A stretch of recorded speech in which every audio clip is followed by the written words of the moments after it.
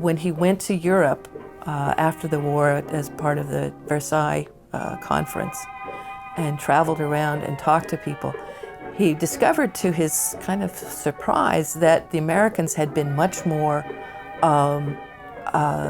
hard on dissent, and there had been much more repression of disunity in the United States than there even had been in Europe. And it kind of made him rethink things a little bit. So you see him in the 20s emerging as an advocate of freedom of speech, of journalism as kind of standing apart from and maybe critiquing society, the government, in a way that he hadn't been earlier. So there is an evolution. The Attorney General seems to be seeing red. He is rounding up every manner of radical in the country. Every man who hopes for a better world is in danger of deportation by the Attorney General. The whole business is un-American. The Attorney Generals of the United States, Palmer and Dougherty, led the crusade against the Reds, and that popular mind was inflamed. Terrible injustices were done at that time, social, political, economic, by the suspicious and credulity of disillusioned people that believed nothing and suspected everything. I am now satisfied that Sacco and Vanzetti were innocent of the crimes for which they were executed. Their execution was a crime for which America lost prestige in the eyes of millions all over the world. Militarism is not crushed. It is stronger today than it was 10 years ago. The boys who were let out to slaughter, the boys who came back maimed and broken, the boys who lost their ideals and faith in humanity, all have suffered and is sacrificed in vain if the world is to remain at its present status.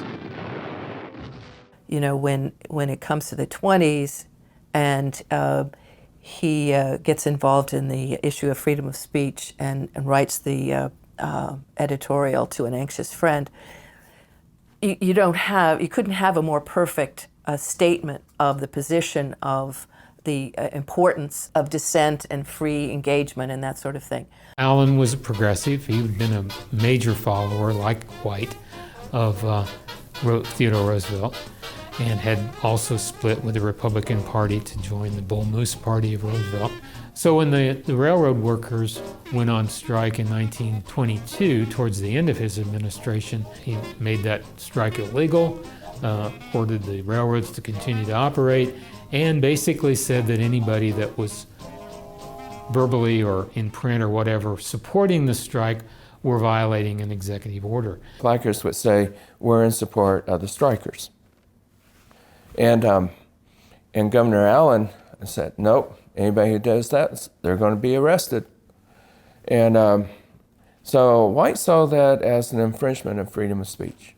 And so White took exception with that and posted a sign in his newspaper office's window. So long as the strikers maintain peace and use peaceful means in this community, the Gazette is for them, 50%, and every day which they refrain from violence, we shall add 1% more of approval. And then he signed it, challenging, basically, his friend Allen, who's governor of the state, to come and arrest me. Come on and arrest me, and we'll test this matter in the courts. I think your order restricts the liberty of utterance. Peace is good. But if you're interested in peace through force and without free discussion, that is to say, free utterance, decently and in order, your interest in justice is slight. And peace without justice is tyranny, no matter how you may sugarcoat it with expedients. Not so much the strike as the principle was what was driving White.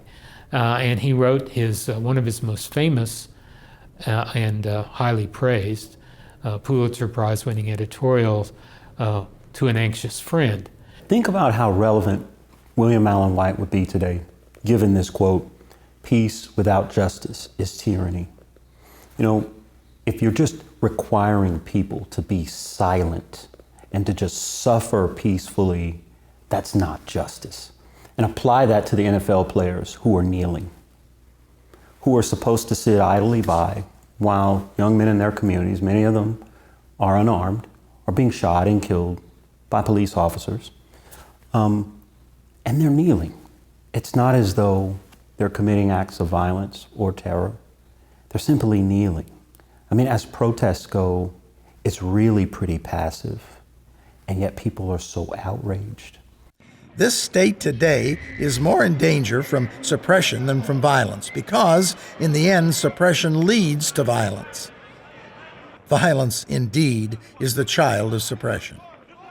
Whoever pleads for justice helps to keep the peace, and whoever tramples on the plea for justice, temperately made in the name of peace, only outrages peace and kills something fine in the heart of man, which God put there when he got our manhood.